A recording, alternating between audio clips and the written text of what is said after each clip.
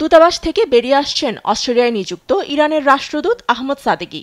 দেশটি থেকে অস্ট্রেলীয় সরকার তাকে বহিষ্কার ঘোষণার পর প্রথমবার জনসম্মুখে গণমাধ্যমের প্রশ্নের উত্তর না দিয়ে এক প্রকার বাধ্য হয়ে ক্যানবেরার ইরানি দূতাবাস ছেড়েছেন তিনি।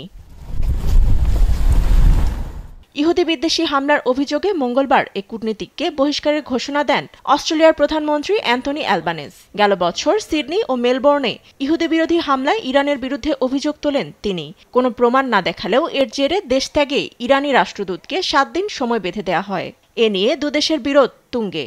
তবে অভ্যন্তরীণ সমস্যাকে ইরানের উপর চাপিয়ে দেওয়ার পাল্টা অভিযোগ তুলে এর প্রতিবাদ জানিয়েছেন দেশটির পররাষ্ট্র মন্ত্রণালয়ের মুখপাত্র ইসমাইল বাঘাই।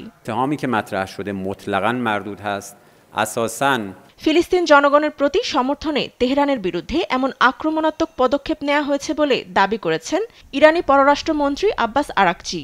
সম্প্রতি ফিলিস্তিনকে স্বীকৃতির ঘোষণা দেন অস্ট্রেলিয়ার প্রধানমন্ত্রী অ্যালবানিজ। ওই ঘোষণার পর তাকে বিশ্বাসঘাতক ও দুর্বল রাজনীতিবিদ হিসেবে মন্তব্য করেন ইসরায়েলি প্রধানমন্ত্রী নেতানিয়াহু।